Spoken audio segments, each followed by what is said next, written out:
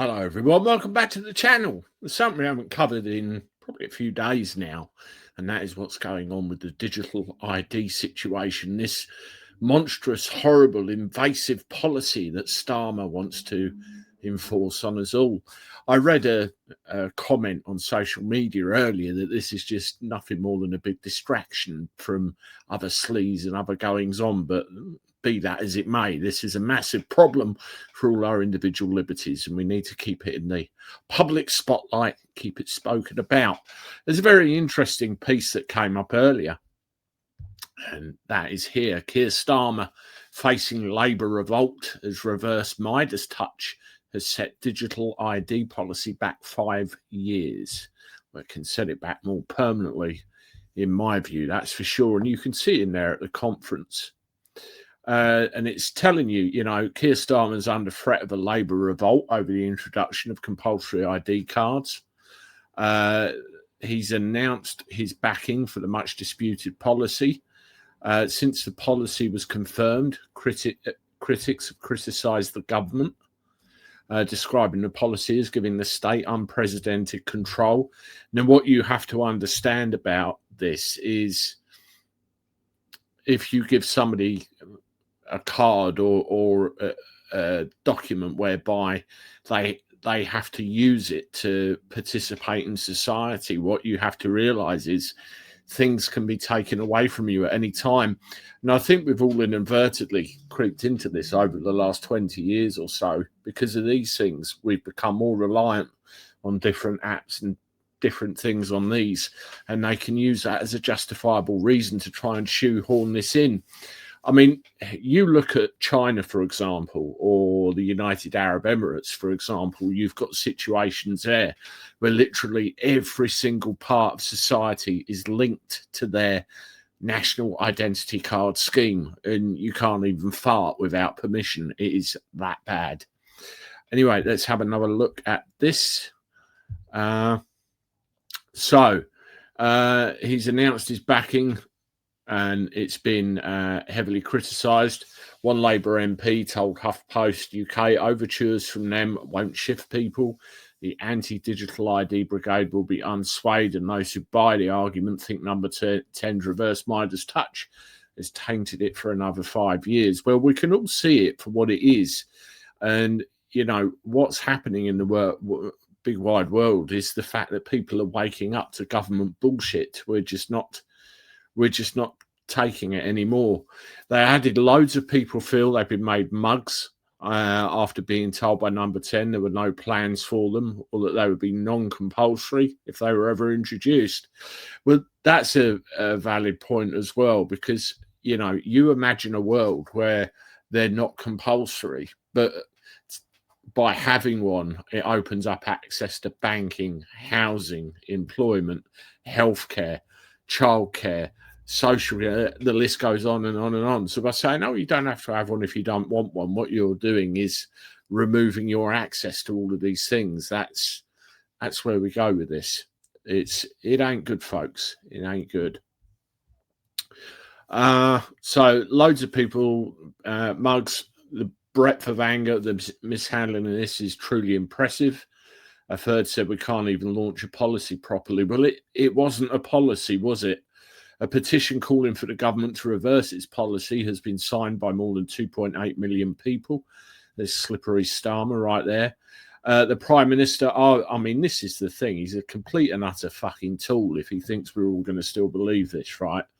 The Prime Minister argued that digital ID would be a vital tool in the government's attempts to tackle illegal immigration.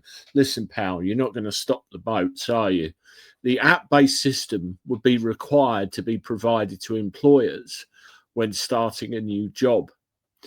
Keir described the policy as an enormous opportunity for the UK. He said, it will make it tougher to work illegally in this country, making our borders more secure. And it will also offer ordinary citizens countless benefits, like being able to prove your identity to access key services swiftly, rather than hunting around for an old utility bill. That old adage, old utility bill. Does he know how out of date he is with that? Seriously. And you've got a little bit of gumph in here with other politicians slagging it all off as well. And you can see the confirmation at the end. By the end of the current parliament, the digital ID will become mandatory for right-to-work checks for all UK citizens. Now, one of the important things that you have to understand is if you look at the English Bill of Rights, yes, the English Bill of Rights, one of the key things in there is we have the right to earn a living. So if you're saying that our ability to work is dependent on us having one of those cards, and you're actually breaching one of the fundamental principles of the rights of individuals within this country, and that's just really scratching the surface. But it's a bum steer. Everybody can see it.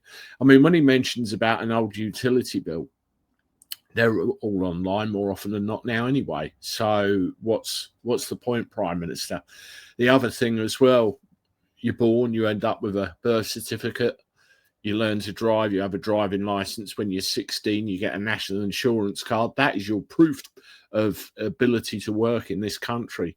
And if you're lucky enough to go on holiday and whatever, you get a passport. Each of those 4 individual identities alone is more than enough. We don't need anything else. This is state overreach. This is state control, and it stops before it even starts. I can't suggest anything else. Now, let's have a look at the petition.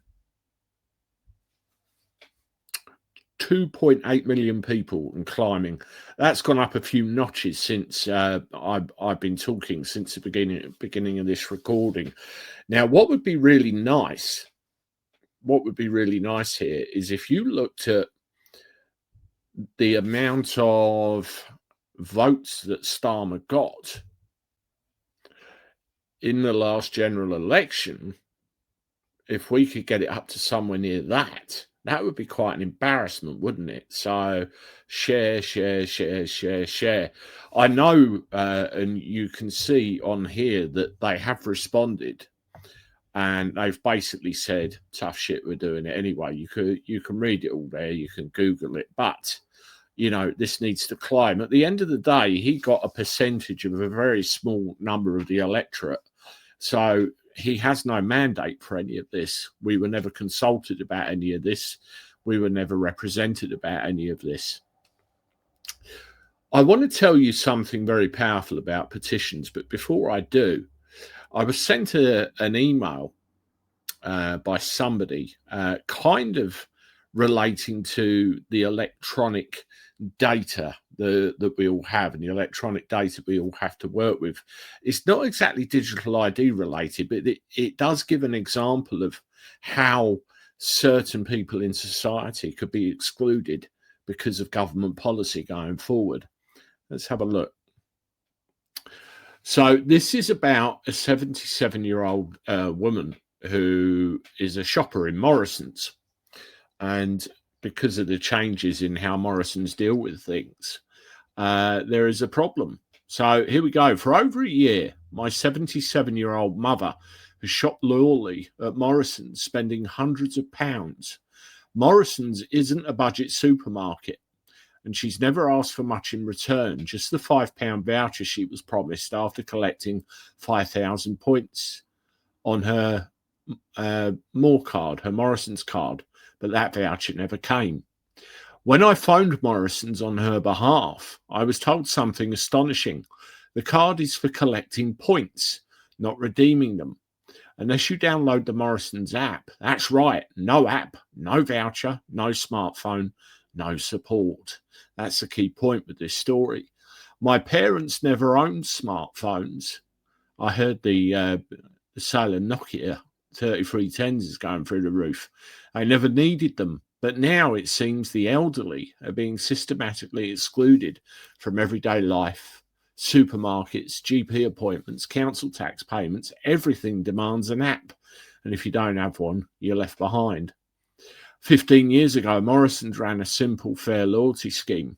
You shopped, you earned points, you got your £5 voucher.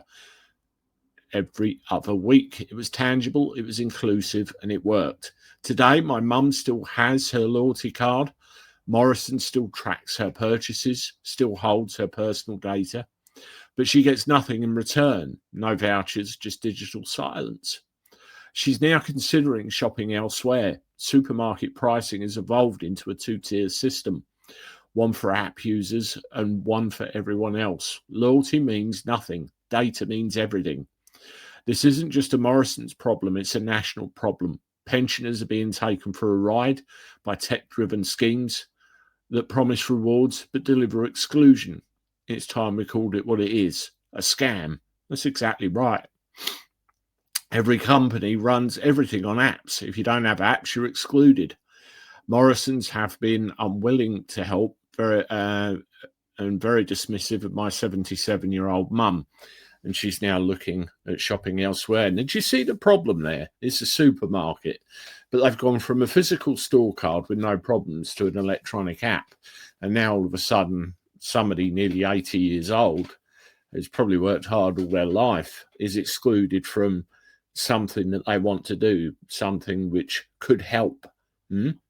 So if you look at the introduction of a digital ID, which at the end of the day will all be based on an app on a phone, you know that, a whole big portion of society is suddenly excluded. As an employer myself, I certainly won't be having any part of it. Starmer can shove it up his arse for all I'm concerned.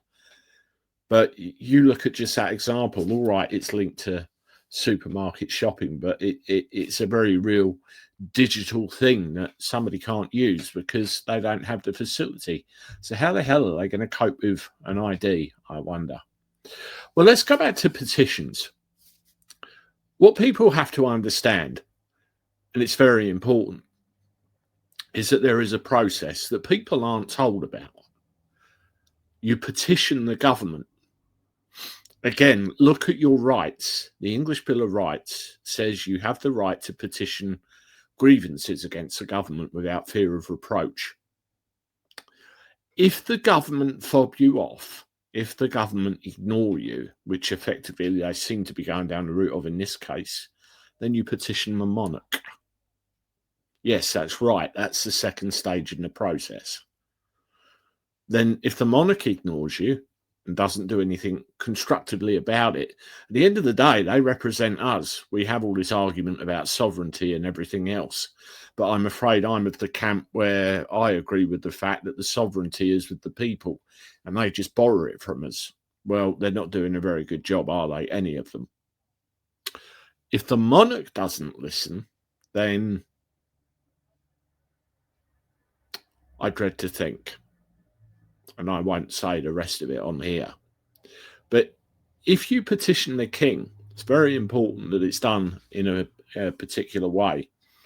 And this is a letter here. And you have to include all the right things. So to the kings, I mean, some of this will make some of the anti-monarchy brigade absolutely chunder, but it has to be included. To the King's Most Excellent Majesty Charles III, by the grace of God of the United Kingdom of Great Britain and Northern Ireland, of his other realms and territories, King, Head of the Commonwealth, Defender of the Faith, the humble petition of your loyal subjects of the United Kingdom, pursuant to their ancient and undoubted rights. So you're basically saying what it is. And then underneath, you have to say, the petitioners as loyal subjects, your majesty, do humbly approach your royal person in exercise of their ancient and undoubted rights. And you mention the petition of right, the English Bill of Rights, and the Act of Settlement, and spread across those parts of the Constitution, the English Constitution. They list out your right to petition or to air a grievance when you're not happy. And then you go on with a little bit more, and at the bottom you actually say what the issue is, what the problem is, in this case digital IDs, and what effect pursuing this policy or allowing the government to pursue the policy will have on us as a people. Then what you have to do, you have to include a summary of what you'd like to happen. You know, in other words, put a stop to it. And then it has to include a prayer. And that section is at the very end. There's a couple of examples of petitions to the monarch. There's another one online. If you have a look at Graham Moore on X, English Exit, there's another one that he's done there, which is quite powerful as well.